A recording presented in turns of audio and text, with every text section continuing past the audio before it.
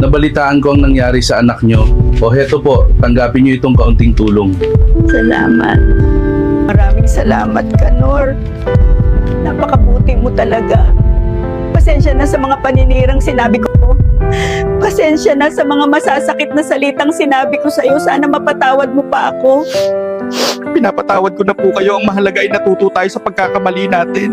Ang Diyos nga ay nagpapatawad. Ako pa kaya na tao lang. Anak, baka pwedeng mangutang ka muna sa tindahan ng bigas at sardinas para may makain tayo mamaya. Ayoko nga, nakakahiya mangutang. At pwede ba kung wala kang makain, pwes magtiis ka? Simula ngayon, wag mo na akong uutasan at papakilaman. Total, pabigat ka lang naman sa akin at aalis ako. Wag mo akong hahanapin. Ano na kayang nangyari sa anak ko na yun? Simula nung iniwan siya ng girlfriend niya, nagkaganyan na siya.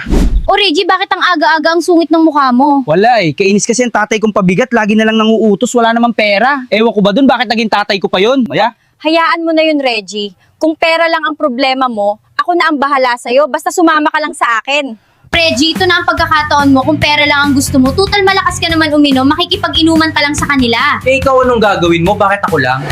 Ano gusto mo ba o hindi? Sige ka, baka pagsisihan mo din na wala kang pera. Sige, basta wag mo akong iiwan dito ha.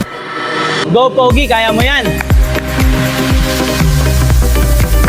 Ay! Ang Pogi naman uminom neto, kagigil! Grabe naman pala si Reggie. Nakarami. Hindi niya alam, kukupitan ko lang siya lalo na wala nang alam yun dahil sa kalasingan.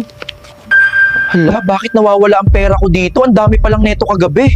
Lagot na, hindi kaya kinuha nila ulit ang pera nila habang tulog ako. O anak Reggie, anong nangyari sa'yo? Bakit ganyan ang damit mo at saan ka galing? Ano bang pake mo? Kuha mo nga ako ng tubig doon at masakit ang ulo ko. Tinatanong kita anak, bakit hindi ka sumagot kung anong nagyari sa'yo? Hello Jenny, walang hiya ka.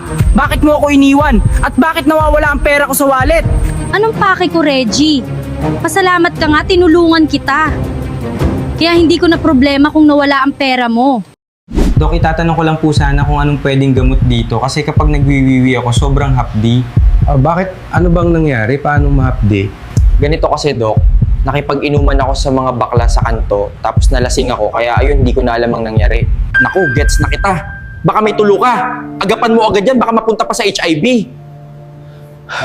Lumbas na ang results ng iyong test at nakita namin na positive ka sa HIV. Kaya kung maaari, agad ka nang magpa-admit dito sa hospital habang may pag-asa pa.